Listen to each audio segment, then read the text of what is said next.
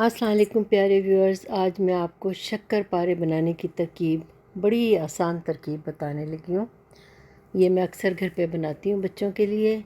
यहाँ कनाडा में इनको बच्चे टिम्बिट्स कहते हैं, जबकि टिम्बिट्स नहीं हैं। मैं ये पाकिस्तान में जब होती थी तब भी बच्चों के लिए बना के रखती थी।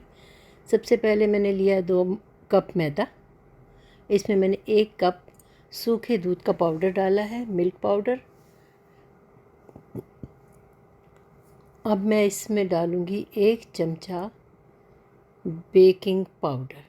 ये चाय वाला चमचा है, ये देख लें। और इसको हम इसमें डाल देंगे। मैंने इसको वॉइस ओवर किया है, पता नहीं ओरिजिनली मैंने उस वक़्त क्या बोला था। बहरहाल अब मैंने इसमें अब मैं इसमें चौथाई चमचा नमक का डाल रही हूँ। ये चौथाई चमचा नमक का हो गया। इसको हल्का सा आप मिक्स करके फिर इसमें डालेंगे हम घी। 3 चमचे चावल खाने वाले जो होते हैं बड़े वाले, वो हम घी के डालेंगे।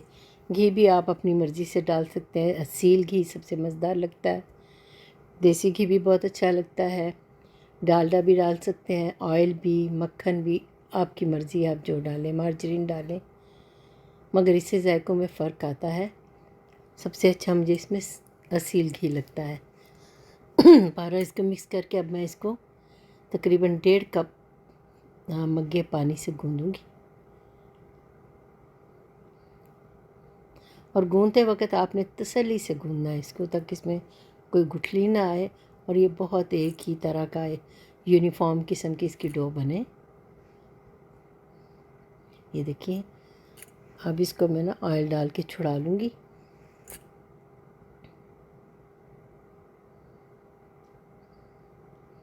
ये वाला कप लिया था मैंने पानी का, 1.5 कप।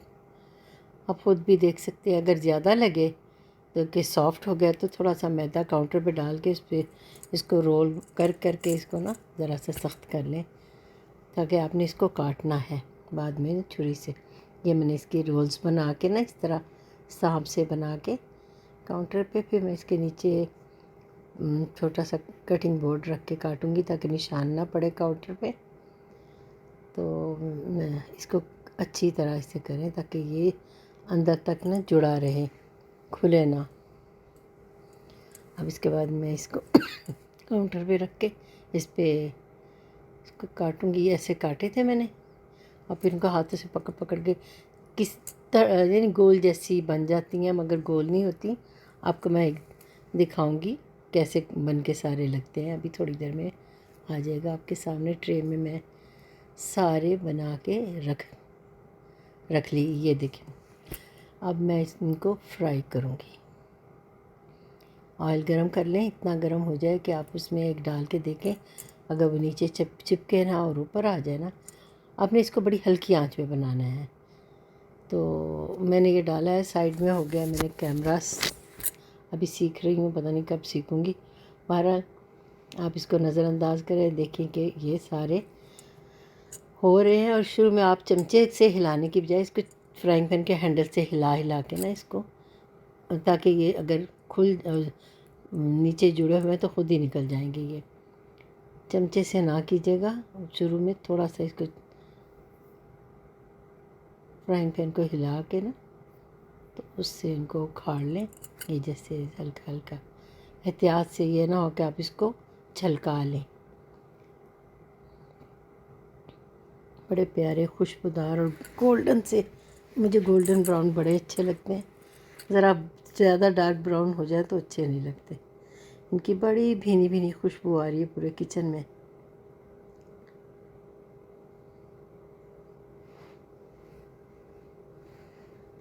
ना लाइट, ज़्यादा लाइट ब्राउन हो, ना ज़्यादा डार्क ब्राउन। मैं इनको थोड़ा सा और कर रही हूँ।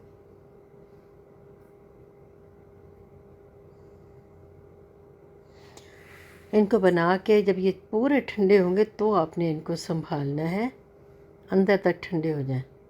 इनको बना के मैं एक खुले बर्तन में रख दूँगी। जब ज़रा ठंडे होंगे तो फिर इनको हम ग्लेज़ करेंगे, इन पे चीनी चढ़ाएंगे।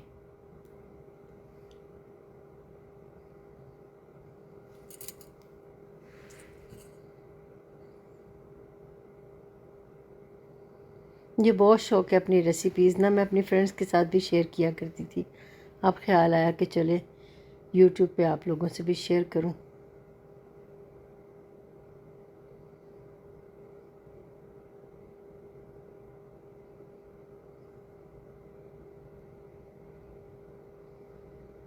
ये देखिए, अब इनको मैं एक बड़े बर्तन में निकाल लूँगी। ये सारे बन गए। अब मरहला आएगा इन पे चीनी चढ़ाने का। ये खनकते हुए खड़कते हुए बने।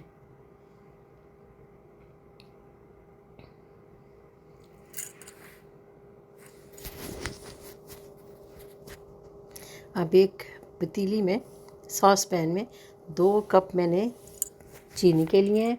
इसमें 1/4 कप आपने पानी डालना है।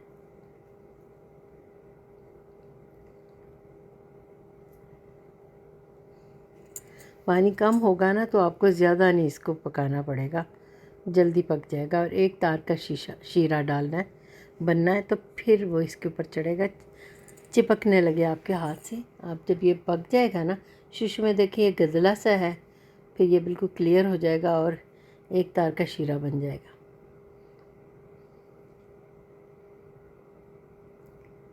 बस ये ख्याल रखना कि जले ना, ब्राउन ना हो, इसमें कोई स्मेल ना आए जलने की।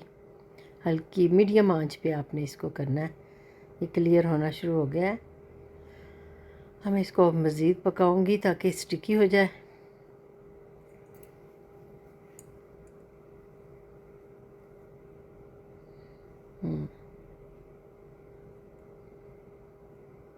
इसके जब हमने उन पे डालना है ना तो ये ख़्याल रखें कि रहे कि वो ठंडे हो गए हों अंदर तक।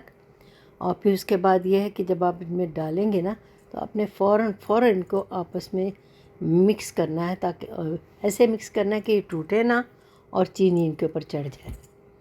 अब देखिएगा, और ये चढ़ाते चढ़ाते ना चिप आपस में ऐसे जुड़ जाते हैं कि मुश्किल से हिलते हैं।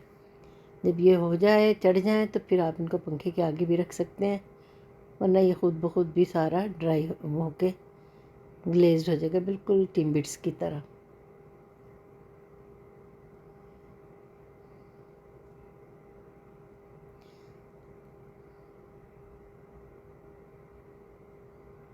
बहुत खुशबूदार, बड़े जायकेदार, चाय के साथ बड़े अच्छे लगते हैं। नमक पारे भी मैं घर पे ही बना लेती हूँ, बाज़ार से अच्छे बनते हैं। उसकी भी मैं आपको रेसिपी बताऊँगी इंशाल्लाह। समोसे भी मैंने बना के रखे थे। कल तो कीमे के बनाए थे मैंने, मेहमान आए हुए थे। कीमे के मुझे वैसे अपने ज़ाती तौर पे आलू के समोसे अच्छे लगते हैं। मैं आलू के समोसे की चाट बनाती हूँ घर में, बेहद मज़ेदार होती है इमली की चटनी के साथ, इमली और खजूरों की चटनी के साथ बहुत मज़ेदार होती है।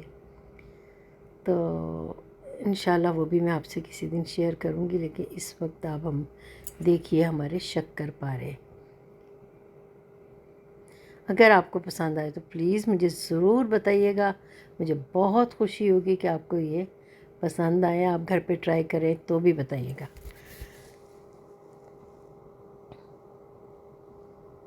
हमारे बच्चे इसके बड़े शौकीन हैं।